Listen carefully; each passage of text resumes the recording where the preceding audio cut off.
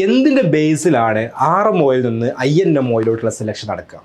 Cut off മാർക്കും കാര്യങ്ങളൊക്കെ ഉണ്ട്. പക്ഷേ എന്നാലും എല്ലാവരെയും ഈ കട്ട് ഓഫ് മാർക്ക് വെക്കുന്നത് എല്ലാവരെയും കയറ്റാൻ വേണ്ടിയിട്ടല്ലോ, ഒരു പെർട്ടിക്കുലർ നമ്പർ ഓഫ് ആളുകളെ സെലക്ട് ചെയ്തിട്ട് ബാക്കിയുള്ളവരെ എലിമിനേറ്റ് ചെയ്യാൻ വേണ്ടിയിട്ടാണ് ആക്ച്വലി ആ കട്ട് ഓഫ് മാർക്ക് വെക്കുന്നത്. അപ്പോൾ ഈ കട്ട് ഓഫ് മാർക്ക് വെക്കുന്നതൊക്കെ എന്ത് ക്രൈറ്റീരിയയുടെ ബേസിലാണ്? അതാണ് ഈ ഒരു വീഡിയോയിൽ പറയുന്നത്.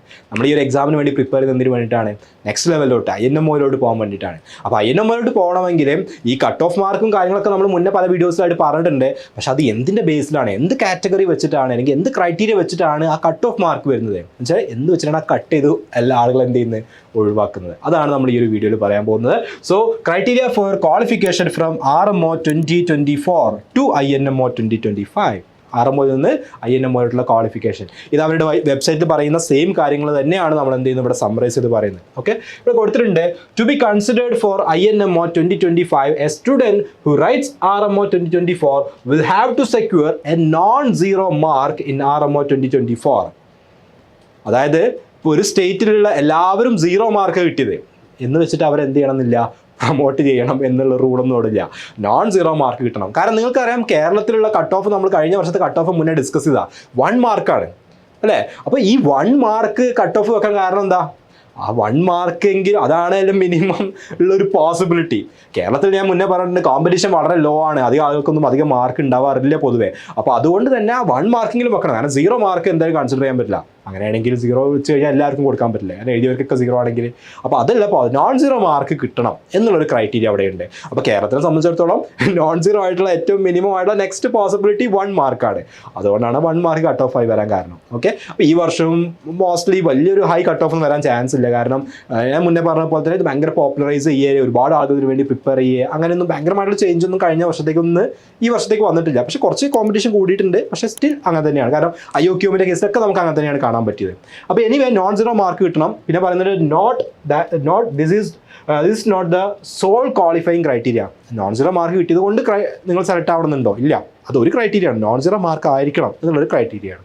ഇനി RMO 2024 contestant from class 8, 9, 10, 11 will be classified as a category A student. നമ്മൾ മുന്നേ കട്ട് ഓഫ് പറയുന്ന സമയത്ത് നമ്മൾ പറഞ്ഞിട്ടുണ്ട് കാറ്റഗറി A, കാറ്റഗറി B, അതുപോലെ കാറ്റഗറി AG അല്ലേ. അപ്പോൾ ഞാൻ പറഞ്ഞിട്ടുണ്ട് കാറ്റഗറി A എന്ന് പറഞ്ഞാൽ +1 വരെയുള്ള 11th സ്റ്റാൻഡേർഡ് വരെയുള്ള സ്റ്റുഡൻസിനെയാണ് കാറ്റഗറി A ആക്കിയിട്ടുള്ളത്. ബാക്കിയുള്ള കാറ്റഗറി B എന്ന് പറഞ്ഞാൽ RMO 2024 contestant from class 12 will be classified as a category B student. 12 student, class 12 student ആണ് കാറ്റഗറി B ഉള്ളത്. പിന്നെ AG എന്ന് പറയുന്നത് എക്സ്ട്രാ ആയിക്കൊണ്ട് ഗേൾസിനുള്ള റിസർവേഷൻ, അഡീഷണലി ഗേൾസിനുള്ള റിസർവേഷൻ ഉണ്ട്. ആ കാറ്റഗറി അത് B എന്നല്ല A എന്ന് തന്നെയാണ് നമ്മൾ പറയും. ആ കാറ്റഗറിയാണ് AG. അങ്ങനെ 3 കാറ്റഗറീസ് ആയിട്ട് മുന്നേ നമ്മൾ ഡിസ്കസ് ചെയ്യുന്ന സമയത്ത് ഇങ്ങനെ കട്ട് ഓഫ് ഡിസ്കസ് ചെയ്യുന്ന സമയത്ത് category A, category AG, category B എന്ന് നമ്മൾ പറഞ്ഞിട്ടുണ്ട്. ഇതാണ് ആ കാറ്റഗറി. ആ സമയത്ത് ഞാൻ എക്സ്പ്ലെയിൻ ചെയ്തിട്ടുണ്ട്. ഓക്കെ, ഇനി അടുത്ത പറയുന്നത് ഫ്രം ഈച്ച് റീജിയൻ. അതായത് നമ്മൾ കട്ട് ഓഫ് പറഞ്ഞ സമയത്ത് നിങ്ങൾക്ക് റീജിയൻസ് കാണിച്ചു തന്നിരുന്നല്ലോ. ആ റീജിയൻ അറിയണമെങ്കിൽ നിങ്ങൾക്ക് അവരുടെ വെബ്സൈറ്റിൽ പോയി കഴിഞ്ഞാൽ റീജിയൻ കാണാൻ പറ്റും. കേരള, ലക്ഷദ്വീപ് എന്ന് പറയുന്ന റീജിയനിലാണ് നമ്മളെല്ലാവരും ഉള്ളത്. അപ്പോൾ ഓരോ റീജിയനിൽ നിന്നും എങ്ങനെയാണ് സെലക്ഷൻ വരിക എന്ന് പറയുന്നുണ്ട്. ഇവിടെ പറയുന്നു first point, the top 30 students from category A will qualify for INMO 2025. The ties in the 30th position will be broken by the IOQM 2024 scores. അത് എങ്ങനെയാണ് കട്ട് ഓഫ് ബേസ് നമ്മൾ ഫിക്സ് ചെയ്യുക? അതായത് ഇപ്പോൾ നിങ്ങൾ ഒരു റീജിയനിൽ എടുക്കുകയാണ്, ഒരു റീജിയനിലുള്ള 8th മുതൽ 11th വരെയുള്ള അല്ലെങ്കിൽ ആ ഒരു കാറ്റഗറി A എടുത്തു. ആ കാറ്റഗറി Aയിൽ നിന്ന് ഏറ്റവും ടോപ്പിലുള്ള 30 സ്റ്റുഡൻസിനെ സെലക്ട് ചെയ്ത രീതിയിലാണ് കട്ട് ഓഫ് ഫിക്സ് ചെയ്യുക. അപ്പോൾ കേരളത്തിൽ എന്തുകൊണ്ട് 1 ആയി കട്ട് ഓഫ്? കാരണം 1 കൊടുത്താൽ തന്നെ എന്തുണ്ടാവുള്ളൂ, ചിലപ്പോൾ 30 സ്റ്റുഡൻസ് പോലും ഉണ്ടാവില്ല. മനസ്സിലായോ? അതുകൊണ്ടാണ് ഇപ്പം നമുക്ക് രാജസ്ഥാൻ പോലെയുള്ള ഒരു സ്റ്റേറ്റിൽ എന്തുകൊണ്ട് 30 ആയി കട്ട് ഓഫ് കൂടാൻ കാരണം എന്താ? അവിടെയുള്ള സ്റ്റുഡൻസിന് കൂടുതൽ മാർക്ക് ഉണ്ട്. സോ ടോപ്പ് 30 സ്റ്റുഡൻസിന് എടുക്കണമെങ്കിൽ ഒരു 30 സ്കോർ ചിലപ്പോൾ കട്ട് ചെയ്യേണ്ടി വരും, ചിലപ്പോൾ 28 കട്ട് ചെയ്യേണ്ടി വരും, ചിലപ്പോൾ 21 കട്ട് ചെയ്യേണ്ടി വരും, ചിലപ്പോൾ കേരളത്തിനെ പോലെ 1 കട്ട് ചെയ്യേണ്ടി വരും. അപ്പോൾ അങ്ങനെയാണ് കട്ട് ഓഫ് തീരുമാനിക്കുന്നത്. എനിവേ സെലക്ട് ചെയ്യുക, കാറ്റഗറി Aയിൽ നിന്ന് 30 സ്റ്റുഡൻസിനാണ് സെലക്ട് ചെയ്യുക. ഇനി 30 സ്റ്റുഡൻസ് ഇങ്ങനെ കൗണ്ട് ചെയ്ത് ലാസ്റ്റ് വരുമ്പോൾ ഒരു ടൈ വരികയാണെങ്കിൽ 30 സ്റ്റുഡൻസ് വരുമ്പോൾ 2 സ്റ്റുഡൻസിന് ഒരേ മാർക്ക് വന്നു, അല്ലെങ്കിൽ കുറച്ചധികം സ്റ്റുഡൻസിന് ഒരേ മാർക്ക് വന്നു, അങ്ങനെ ടൈ വരികയാണെങ്കിൽ ആ ടൈ ബ്രേക്ക് ചെയ്യുന്നത് IOQMന്റെ മാർക്ക് വെച്ചിട്ടായിരിക്കും. അപ്പോൾ IOQMൽ നന്നായിട്ട് പെർഫോം ചെയ്യുക എന്നുള്ളതും കൂടി ഇമ്പോർട്ടൻ്റ് ആണ്. ഓക്കെ, നമ്മൾ ജസ്റ്റ് കട്ട് ഓഫ് മാത്രം സ്കോർ ചെയ്യുക എന്നുള്ളതല്ല നമ്മുടെ ഒരു എക്സാമിൻ്റെ നമ്മുടെ എയിം. കാരണം പിന്നീട് ഇതുപോലെ പല സിറ്റുവേഷൻസിൽ കൺസിഡർ ചെയ്യും. അപ്പോൾ ടൈ വരികയാണെങ്കിൽ IOQMന്റെ മാർക്ക് വെച്ചിട്ട് ആ ടൈ ബ്രേക്ക് ചെയ്യും. Okay, ഇനി the top 6 students from category B will qualify for INMO 2025. The ties in the 6th position will be broken by the IOQM 2024 scores. ഈ കാറ്റഗറി B, അതായത് +2 സ്റ്റുഡൻസിൻ്റെ കേസിൽ എടുക്കുകയാണെങ്കിൽ 6 സ്റ്റുഡൻസിനെയാണ് ഒരു റീജിയനിൽ നിന്ന് സെലക്ട് ചെയ്യുക. ഓക്കെ, അപ്പോൾ ഇത് ഓരോ റീജിയൻ വൈസ് ആണ്. ഒരു റീജിയനിൽ നിന്ന്, അപ്പോൾ കേരള റീജിയനിൽ നിന്ന് 30 സ്റ്റുഡൻസിനെ കാറ്റഗറി എയിൽ നിന്ന് സെലക്ട് ചെയ്യും, 6 സ്റ്റുഡൻസിനെ കാറ്റഗറി ബിയിൽ നിന്ന് സെലക്ട് ചെയ്യും. ഇതിലും ടൈ വരികയാണെങ്കിൽ IOQMന്റെ മാർക്ക് വെച്ചിട്ടാണ് കട്ട് ചെയ്യുക. ഇനി 5 additional girl students from category A irrespective of the number of girl students qualifying in the top 30 students from category A will qualify four INMO 2025 under girls കോട്ട. അതാണ് AG category എന്ന് പറഞ്ഞാൽ.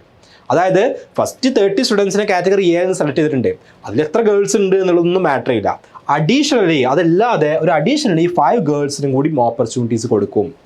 Okay, അത് ഗേൾസിനുള്ള റിസർവേഷനാണ്. ഗേൾസിന് കുറച്ചും കൂടെ ആ ഒരു എംപവർമെന്റ്, വുമൺ എംപവർമെന്റ് എന്ന് പറയുന്ന ആ ഒരു രീതിയിൽ കൊടുക്കുന്ന കാര്യമാണ് എക്സ്ട്രാ ഗേൾസ്. അപ്പോൾ ഗേൾസിന് ഇത് ക്വാളിഫൈ ചെയ്യാനുള്ള പോസിബിലിറ്റി കൂടുതലാണ്. കാരണം അവർക്ക് എന്തുണ്ട്, ഇതുപോലെ അവർക്ക് റിസർവേഷൻ പോലെ എക്സ്ട്രാ കോട്ടയുണ്ട്. ഓക്കെ, ഇനി there is no separate girls quota for category B. Category ബിയിൽ അങ്ങനെ ഒരു ഗേൾസ് കോട്ട ഇല്ല, കാറ്റഗറി എയിൽ മാത്രം. ഞാൻ പറഞ്ഞു അല്ലേ, കാറ്റഗറി എയിൽ മാത്രമേ ഉള്ളൂ. A girl student of category B can qualify four INMO 2025 from RMO 2024 if and only if she is selected among the top 6 students in category B as described in point 4b above. അതായത് സാധാരണ സ്റ്റുഡൻസിനെ പോലെ തന്നെ top 6 വന്നു കഴിഞ്ഞാൽ ഗേൾസിന് category ബിയിൽ qualification ഉള്ളത്. അതായത് extra ആയിട്ട് എന്തില്ല, റിസർവേഷനോ കാര്യങ്ങളൊന്നും ഇല്ല എന്നുള്ളതാണ്. ഓക്കെ, ഇനി eligibility criteria for Indian national mathematical olympiad INMO 2025 just summarise ചെയ്ത് പറയുന്നുണ്ട്. All INMO 2024 awardees are eligible to write INMO 2025 provided they fulfil the eligibility criteria of IMO 2025 and EGMO 2026. അത് നമ്മളിപ്പോൾ മുന്നേ പറഞ്ഞ കാര്യങ്ങളൊക്കെ RMO കഴിഞ്ഞതിന് ശേഷം INMOയിലോട് സെലക്ട് ചെയ്യുന്ന കാര്യമാണ്. ഓക്കെ, അപ്പോൾ അത് INMOയിലോട്ട് എത്താനുള്ള ഒരു വഴിയാണ്, അത് നമ്മൾ ഇനി പറയും. സെക്കൻഡ് പോയിന്റ് അതാണ്. പക്ഷെ അല്ലാത്ത ഒരു വഴിയും കൂടി ഉണ്ട്. അതായത് എന്താണ്, നിങ്ങൾ INMO 2024 ഒരു അവാർഡി ആയിരുന്നെങ്കിൽ, എന്താണ് INMO 2020 അവാർഡീസ് എന്നൊക്കെ ഉള്ളത് മുന്നേ വീഡിയോസ് നമ്മൾ പറഞ്ഞിട്ടുണ്ട്. INMO 2024 അതായത് കഴിഞ്ഞ വർഷത്തെ INMO ഒരു അവാർഡീസ് ആണെങ്കിൽ and eligible to write INMO 2025, നിങ്ങൾ INMO 2025 എഴുതാൻ എലിജിബിൾ ആണ്. പറയുന്നത് provided they fulfil the eligibility criteria of IMO 2025 and EGMO 2026. അപ്പോൾ അവരുടെ എലിജിബിലിറ്റി ക്രൈറ്റീരിയ ഉള്ളവർക്ക് അല്ലെങ്കിൽ 2024 INMO ക്വാളിഫൈ ചെയ്ത ആളുകൾക്ക് എന്ത് ചെയ്യാൻ പറ്റും, അവർക്ക് INMO 2025 എഴുതാം. അതാണ് ഒരു വഴി. രണ്ടാമത്തെ നമ്മളിപ്പോൾ RMO ക്വാളിഫൈ ചെയ്ത് വരുന്ന ഒരു കേസ് അവിടെ പറയുന്നുണ്ട്. All those who qualify from RMO 2024 according to the qualification criteria described above are eligible to write INMO 2025.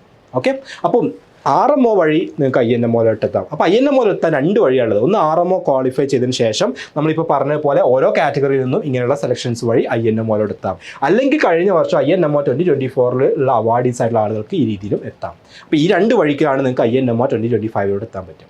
Okay, അപ്പോൾ കാര്യം ക്ലിയർ ആയിരുന്നു വിചാരിക്കുന്നു. കാറ്റഗറീസ് ഏതാണ്, റീജിയൻസ് എത്ര പേരാണ് സെലക്ട് ചെയ്യുക, അതിനെ ബേസ് ചെയ്തിട്ടാണ് അവർ കട്ട് ഓഫ് തീരുമാനിക്കുക. കേരളത്തെ സംബന്ധിച്ചിടത്തോളം വളരെ ലോ കട്ട് ഓഫ് ആണ്. സോ നിങ്ങൾ പ്രിപ്പയർ ചെയ്ത് കഴിഞ്ഞാൽ നിങ്ങൾക്ക് ഈസി ആയിട്ട് എന്ത് ചെയ്യാൻ പറ്റും, ഇത് ക്രാക്ക് ചെയ്യാൻ പറ്റും എന്നുള്ള കാര്യത്തിൽ ഒരു സംശയം വേണ്ട. ഓക്കെ, അപ്പോൾ ഇത് നിങ്ങളുടെ മൈൻഡിൽ വെക്കുക. ഇത്തരത്തിലുള്ള ജനറൽ ഇൻഫർമേഷൻസ് ഒക്കെ നമ്മൾ വീഡിയോസ് ആയിട്ട് നിങ്ങളോട് എത്തിച്ചു തരും. നമ്മുടെ വാട്സ്ആപ്പ് കമ്മ്യൂണിറ്റിയിൽ ഈ ഇൻഫർമേഷൻസ് വരുന്നതാണ്. അപ്പോൾ ആരെങ്കിലും ജോയിൻ ചെയ്തിട്ടില്ലെങ്കിൽ താഴെ ലിങ്ക്, ഡിസ്ക്രിപ്ഷൻ ലിങ്ക് ഉപയോഗിച്ചിട്ട് കമ്മ്യൂണിറ്റിയിൽ ജോയിൻ ചെയ്യാം. ഓക്കെ, ബാക്കി നമുക്കിനി അപ്കമിങ് വീഡിയോസ് നോക്കാം. താങ്ക്